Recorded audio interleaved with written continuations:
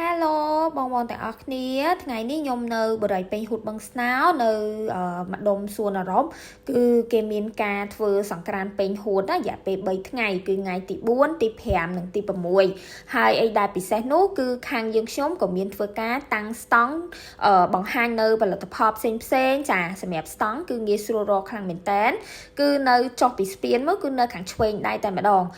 ដែលនៅខាងមុខនឹងខ្លោងទ្វារធំគឺខ្លោងទ្វារធំ The Star Platinum Euroville ហើយសម្រាប់ស្តង់គឺយើងមានតាំងនៅប្រភេទក្រែហើយក៏ដូចជាប្រភេទរទេះរុញខ្លះជូនទៅដល់អតិជនមើលចាអរគុណបងដែលគាត់អញ្ជើញមកមើលនៅស្តង់ផ្ទាល់ចាហើយគាត់ក៏មកសាកនៅផលិតផលយើងផ្ទាល់ដូចគ្នាហើយគាត់អាចធ្វើការកម្មង់ទិញតាម page ចាឬក៏អញ្ជើញទៅមើលផលិតផលផ្ទាល់នៅស្តង់ពេញហួតយើងបានរយៈពេល3ថ្ងៃនឹងបានចាអរគុណ